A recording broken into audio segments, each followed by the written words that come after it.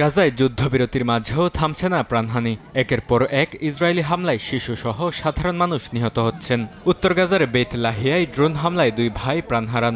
একই দিন জেইতুন এলাকায় ইসরায়েলি বাহিনীর গুলিতে প্রাণ গেছে 9 বছর বয়সী শিশুর। খান ইউনিসে দখলদারদের হামলায় নিহত হয়েছেন এক ফিলিস্তিনি। এছাড়া আল মাঘাজি শরণার্থী শিবিরে বাড়িঘর ও তাঁবু লক্ষ্য করে গুলি চালালে বেশ কয়েকজন আহত হয়েছেন।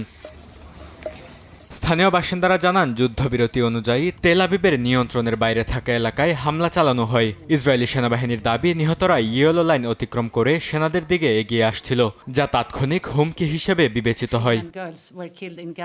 জাতিসংঘের নারী বিষয়ক সংস্থা জানায়, 2023 সালের অক্টোবর থেকে 2025 সালের ডিসেম্বর পর্যন্ত গাজায় 38,000-এর বেশি নারী ও কিশোরী নিহত হয়েছেন। যুদ্ধের সময় প্রতিদিন গড়ে প্রাণ গেছে অন্তত 47 নারীর, যা গাজার আগের সংঘাতগুলোর তুলনায় অনেক বেশি। সংস্থাটির মানবিক কার্যক্রম প্রধান সুফিয়া ক্যালটর্প বলেন, নারী ও কিশোরীদের মৃত্যুহার অতীতের যে কোনো সময়ের তুলনায় উদ্বেগজনকভাবে বেশি। এমনকি যুদ্ধবিরতির 6 মাস পরও এই মৃত্যু থামেনি। তবে লিঙ্গভিত্তিক তথ্যের ঘাটতির কারণে নির্দিষ্টভাবে কতজন নিহত হয়েছেন তা নিশ্চিত করা যাচ্ছে না। বর্তমানে গাজায় অন্তত 10 লাখ নারী ও কিশোরী বাস্তুচ্যুত অবস্থায় রয়েছেন। অবকাঠামো ধ্বংস হয়ে যাওয়ায় স্বাস্থ্যসেবা পাওয়া প্রায় অসম্ভব হয়ে পড়েছে। বিশেষ করে উপত্যকায় প্রজনন স্বাস্থ্যসেবায় বড় ঘাটতি তৈরি হয়েছে।